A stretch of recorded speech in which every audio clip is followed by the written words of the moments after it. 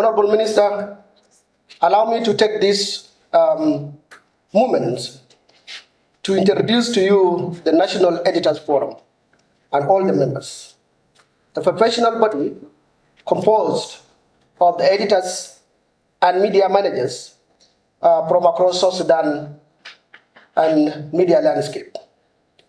National Editors Forum was officially registered on 11th November 2014 under the Ministry of under the RRC. I want to recognize the founding members and the past leaders of the National Editors Forum, include Kong Pal Chang, who was the leader of this forum when it was formed, and all his team include Matiang Chirilo and others. Their efforts led to foundation for what we continue to implement today. National Editors Forum has worked closely with the Media Authority, and we are proud that we have never faced challenges regarding our legal status due to the support of the Media Authority. On this conference, the authority has always supported our initiative, like today's workshop, and we thank you for that. This is the spirit we want in our media sector in South Sudan. In December 2023, editors and media managers met right here in this very hall of AMDIS, and we resolved to form committee. A 5 interim committee was formed, which I led by myself, include several others, esteemed colleagues who are here today, so that we can take forward the leadership. Our mandate was to organize a General Assembly within 3 months period for a smooth leadership transition. However, as you know, we have overstayed for that 3 months. When you calculate the 2023 to today, we are almost 2 years. We overstayed in that transition, and it has been nearly 2 years. You can ask why. The primary reason was lack of funding, and we explored every opportunity to keep the hope alive. Fortunately, UNESCO, through Union of Journalists, came forward with 3 months mini grant. Their generous support helped us to organize several critical and very important activities, includes convening today's editors workshop, reviewing the National Editors Forum's constitutions, hosting the National Media Working Group meeting. And this achievement have led to a solid foundation for today's General Assembly and for the next leadership to continue from a strong position. Honorable Minister, colleagues, in many countries, including our neighbors, Kenya and Uganda, editors forums play a vital role. They are collaborating with the media owners, uphold the editorial independence, and also serve as a backbone for the responsible journalism. We, as editors in South Sudan, must work towards that the same standard.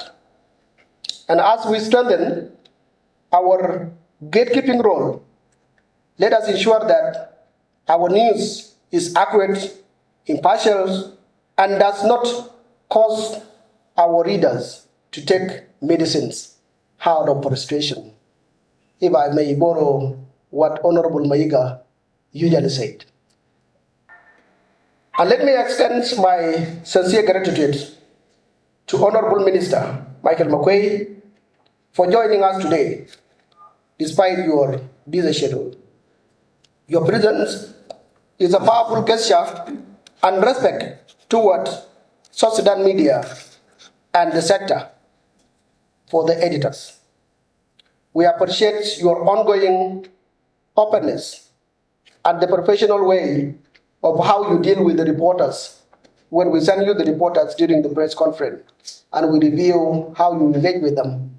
We never see a journalist being intimidated due to the question he asked. So we wish you continue with that spirit. I also thank the media authority, partners, and all you, the editors, for making it to this day. So today, as we continue with these 2 days discussion, editors, I believe, will endorse the strategic plan for the National Editors Forum in the last day of this session, and also discuss the media coordination effort, editorial ethic and guideline, election coverage, which is the core value of why we are supported by UNESCO, and also elect new leadership that will take up the responsibility on the last day. This workshop is more than just a training. It is a turning point for the national editors. Let us use this opportunity to reflect, strategize, and commit to build a vibrant, independent, and professional media sector in South Sudan. Thank you very much.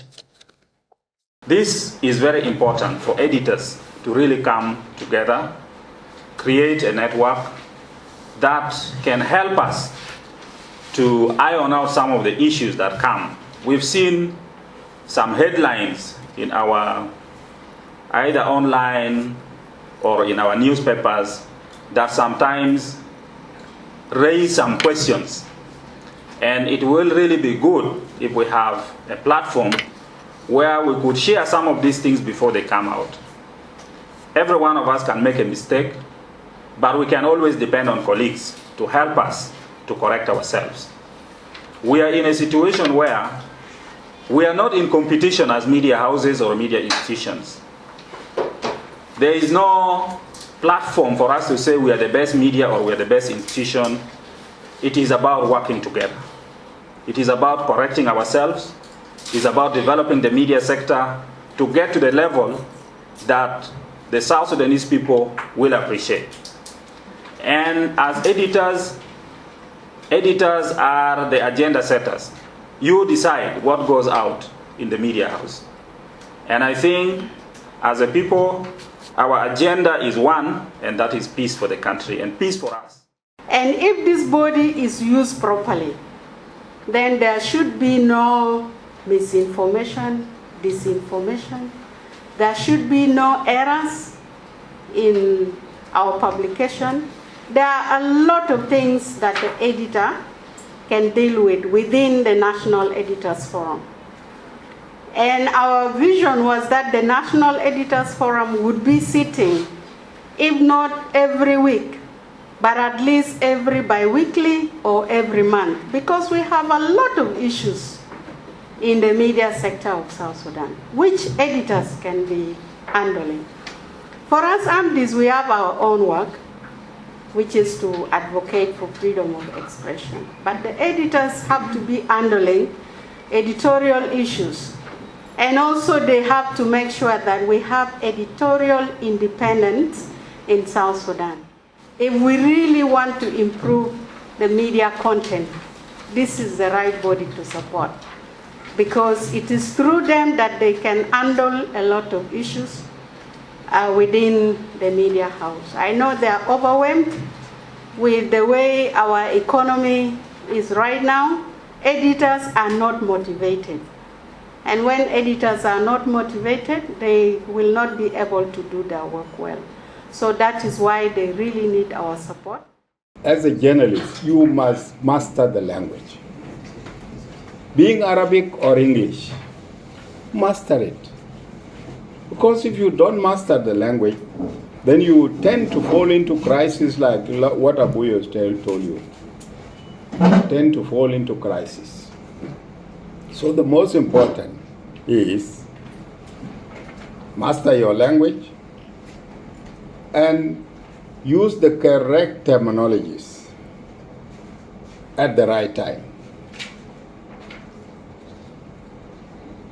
But if you just decide to choose titles which are attractive and not in conformity with the body of what you have written, then definitely people, yes, according to the title, because if I want to buy a newspaper, I just look at the headings. If the headings are attractive, then I buy the newspaper. I will be disappointed when I go there and I don't find the heading in conformity with the body of the article. So don't select a title for the sake of selling your article. As an editor, you are the backbone of that body. You are the backbone. And whatever happens, you are the one responsible and answerable. Not the person who drafted, who wrote whatever he has written there, but it is you who edit it and pass it. You are the one responsible, not any other. I thank the media authority. They have actually tried their level best to improve on the media. And they have protected the journalist. And I'm sure as of now, situation is not the same like before. So if you are a journalist, please try to be professional and be ethical. Most of your organizations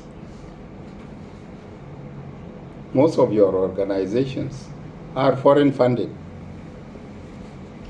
Yes, you can be foreign funded, but you must have your country at heart. This is the most important thing. That is one. Number two, I have ever been repeating this statement, that you as a journalist, you are two people in one. You are journalist, the journalist, and you are journalist, the human being. And so whatever you do, you need to decide whether you are doing it in what capacity. And it is when you do anything in your capacity as a journalist that the media authority will protect you. But when you do anything as a journalist, but you act as a human being, you are answerable for your own. This is very important, and you need to know this. You go and commit your own offense, and then you come and seek the protection of being a journalist. That is a personal offense. It has nothing to do with journalism. So please, if you need protection, avoid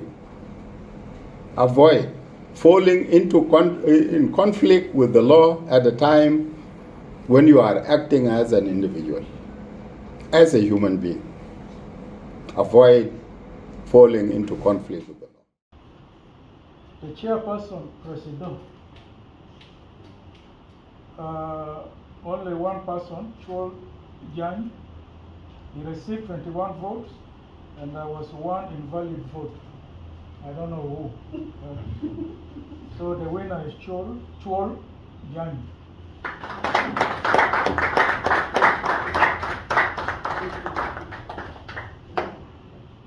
Thank you so much, everybody, for this great opportunity that you have given us again.